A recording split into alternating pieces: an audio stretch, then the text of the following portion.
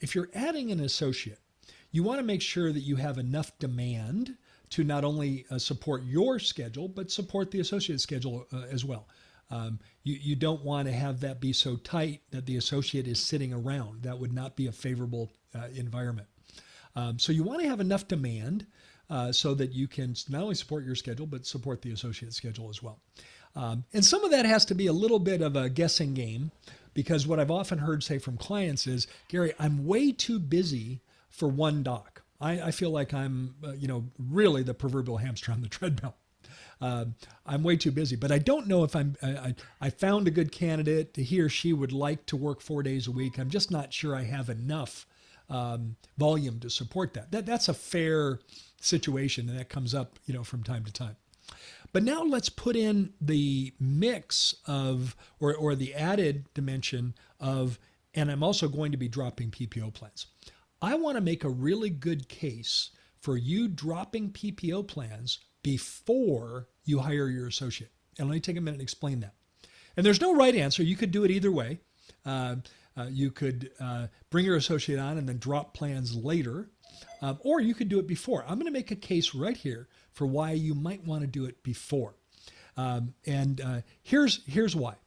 One of the things we do in our 6 steps to successfully drop PPO plans is we master digital marketing. And the purpose for that is really twofold. We've got to replace any patients we might lose. We drop PPO plans. And secondly, we need to place the flow that has historically come in from those plans.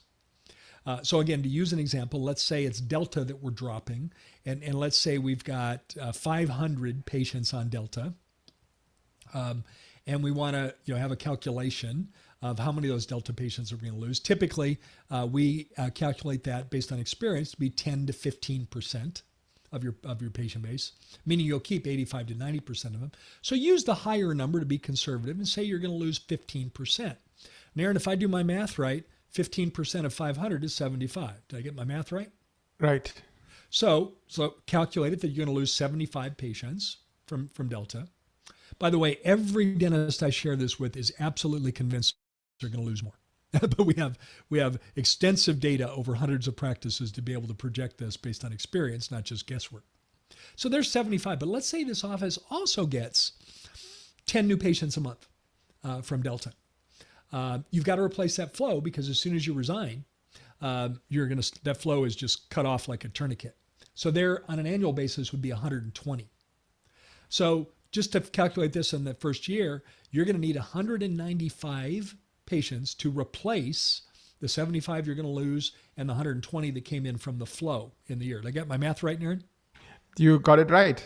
Yeah. And I want you to do that ahead of time before hiring an associate, because now we're going to solve 2 problems. We're going to replace any we might lose, and you're going to ensure that you have enough demand for your associate. Win-win, right? Right. Now, and how to do that in a nutshell: follow my lead, jump on my back, use the same marketing agency that LifeSmiles uses, that we recommend to our clients, Equa. Naren, can you put a link in the show notes for this episode so that any of our listeners can schedule a marketing strategy meeting with Equa? By the way, if you'd like to just go to that link, it's www.equa.com/MSM, and that stands for Marketing Strategy Meeting. And you can talk to Equa, you'll talk to Lila Stone. Lila can share with you what they'll do, what the costs are involved, how you're performing currently, and how you can massively improve your results with marketing.